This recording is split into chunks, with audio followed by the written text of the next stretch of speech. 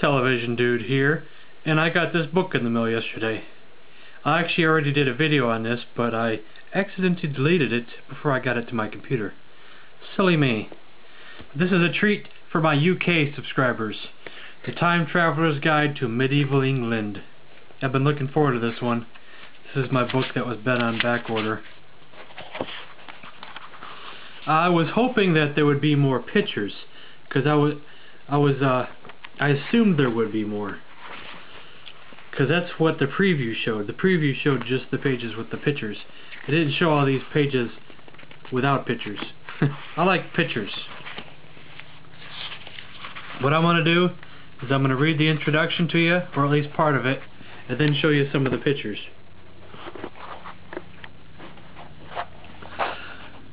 Welcome to medieval England. What does the word medieval conjure up in your mind?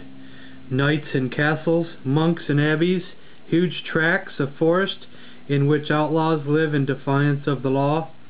Such images may be popular, but they say little about the life. What life was like for the majority. Imagine you could travel in time. What would you find if you went back to the 14th century?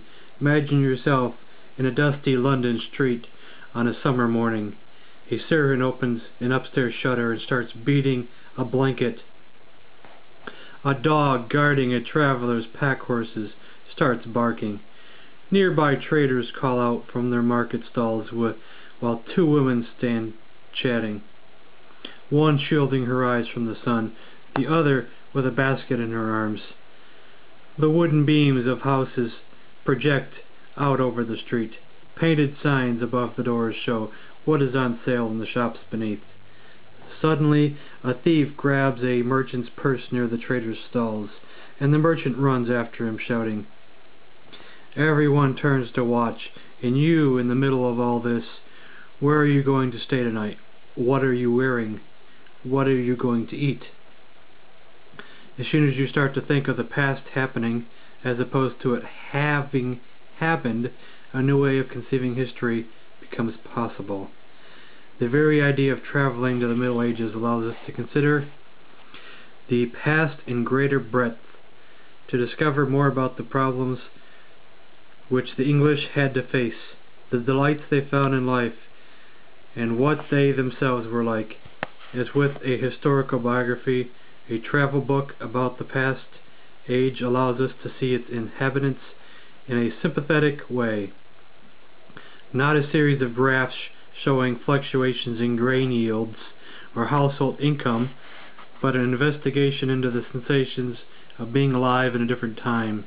You can start to gain an inklings as to why people did this or that, or even why they believe things which we find simply incredible.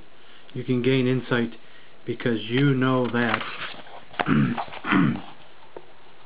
these people are human like you, and that some of these reactions are simply natural. The idea of traveling to the Middle Ages allows you to understand these people not only in terms of evidence, but also in terms of their humanity, their hopes, their fears, the drama of their lives.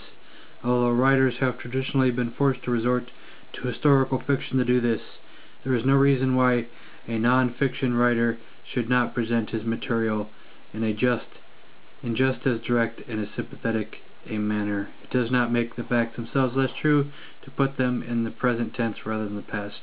I'm not going to read any more of that because it goes on kind of far. Let's look at the pictures. Yay for pictures! Yay!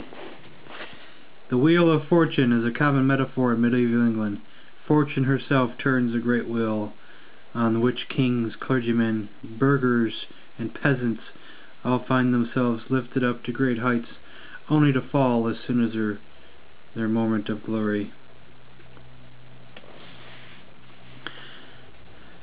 Let's see, we'll skip that one. There's a lot of these that are about women.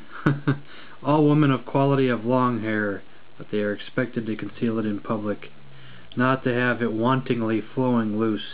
Here a maidservant is plaiting her mistress's hair into long plaits. and winding each plait into ram's horn hairstyle. Married women, when in public, are expected to wear a wimple. This garment covers the hair, sides of the head, neck, and chin. Most women are expected to work hard, and not just within the home.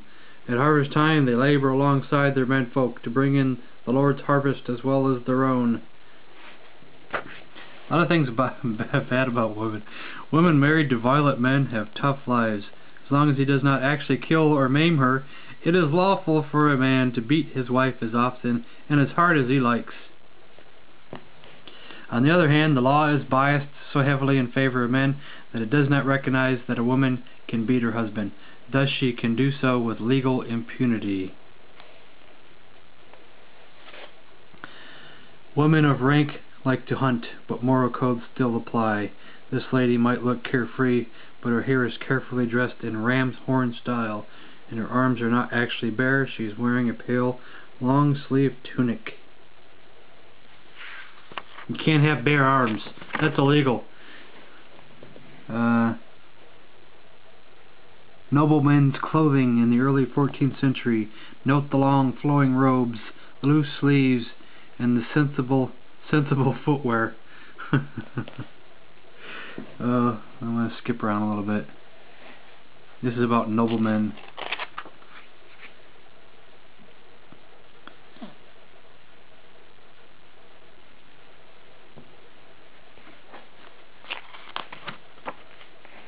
Ooh.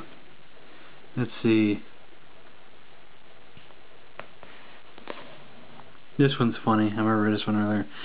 Images of extreme cruelty provide an opportunity to study men's underwear. This late 14th century picture of the Templars burning shows how do you pronounce B-R-A-I-E-S? Braise are now much shorter and tighter to allow men to wear tight hose or very short tunics over the top. And there's more pictures in the back here. Oh, this is a map. This 14th century view of the world shows east at the top, Jerusalem in the center, the Red Sea top right in red, and England bottom left also in red. Also labeled are Damascus, Babylon, the Tower of Babel, Rome, Paris, 14 English towns, various places mentioned in romances about Alexander the Great, Macedonia, Alexandria, and Persepolis, and regions inhabited by fabulous races such as Cyclops and Troglodytes.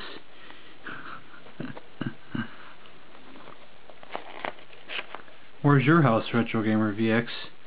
Where are you at in there? I know you know all about medieval England. This map is at least 40 years old by 1300, but it demonstrates the importance of rivers in picturing the country. The position of Canterbury, southwest of London, should warn you not to use it for navigational purposes. I was going to skip to the death and stuff. Hanging people is often a production line process. Several clergymen are on hand. Each gallows supports up to a dozen people, and crowds look on, often including the kin of the condemned. But it is a slow, ignominious death.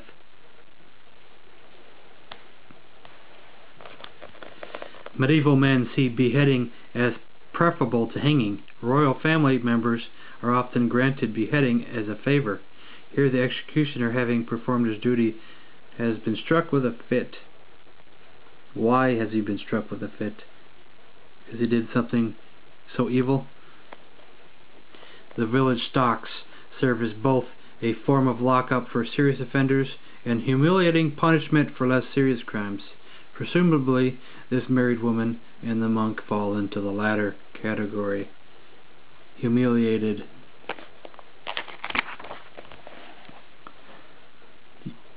your physician might not actually examine you. Instead, he will diagnose your condition from an inspection of your urine and the constellation of the stars. You're in good hands. Physicians administering medicine with a spoon. This scene is comparable with modern life. What is on the spoon, however, is almost certainly not. Let's see here. Plague-stricken clergymen being blessed by a priest. Men and women in religious communities such as abbeys are especially vulnerable to infectious diseases. After plague, leprosy is the most feared disease, the living death as it is known. This leper carries a bell to warn people of his presence. And this one, I don't want to comment on this one. John of Ardenne, the great surgeon, performing a fistula operation. Yeah. Surgeons should be able to make their patients laugh, he says. Not easy in this situation. I would say not. A fistula, huh? I don't think I'm ready for that. Acrobats and dancers often accompany minstrels around the country. Here a woman performs to the accompaniment of pipes and a fife and drum.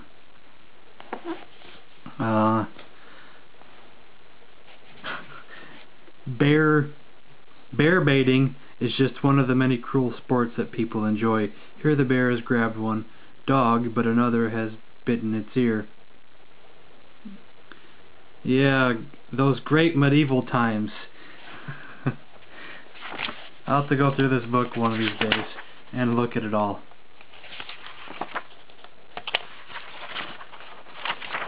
It's got good reviews, even on the back here. An amazing detailed social history. Well, I think that's enough of this. So hope you guys enjoyed that, and thanks for watching.